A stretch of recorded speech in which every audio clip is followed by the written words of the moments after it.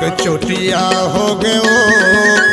तोर करन माटूरी फक चोटिया हो गयो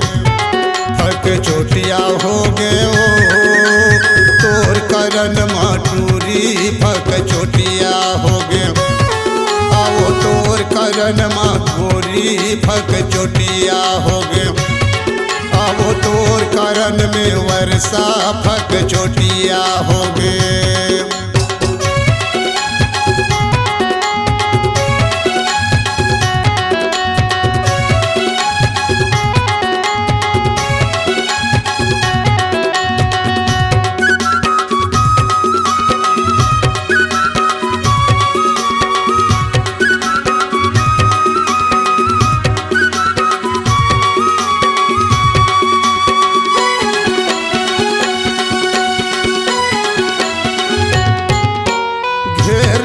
मोला चारो मुड़ाल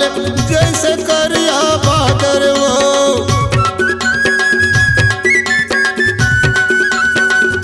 घेर ले है मोला चारो मुड़ाल जैसे करिया बादर वो मोर मन लाला लचा के गोली पर से नहीं कहा खबर मोर मन लाला लचा के गोली पर से नहीं कहा खबर पर बुधिया हो गए वो घर घुसरा हो गए वो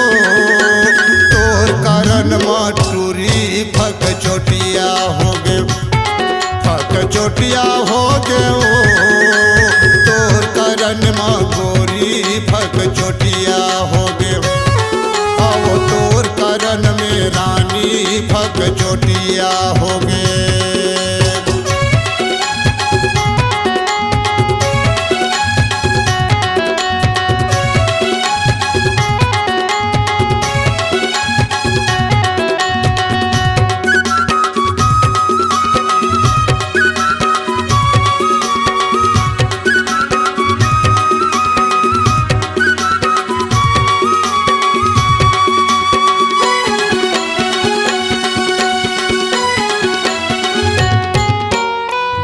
सुहावन रात वो मोर चोला तड़पत रही थे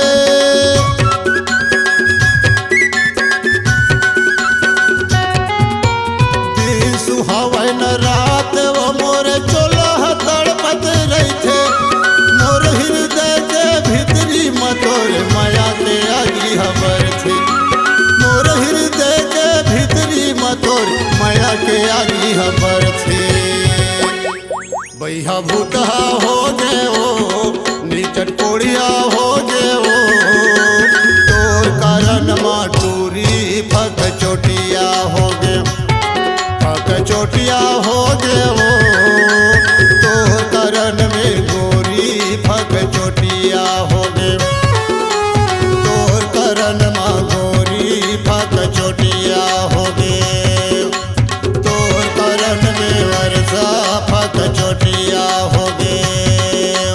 तोर कारण माटूरी फक चोटिया हो गए तोर कारण में वर्षा फक चोटिया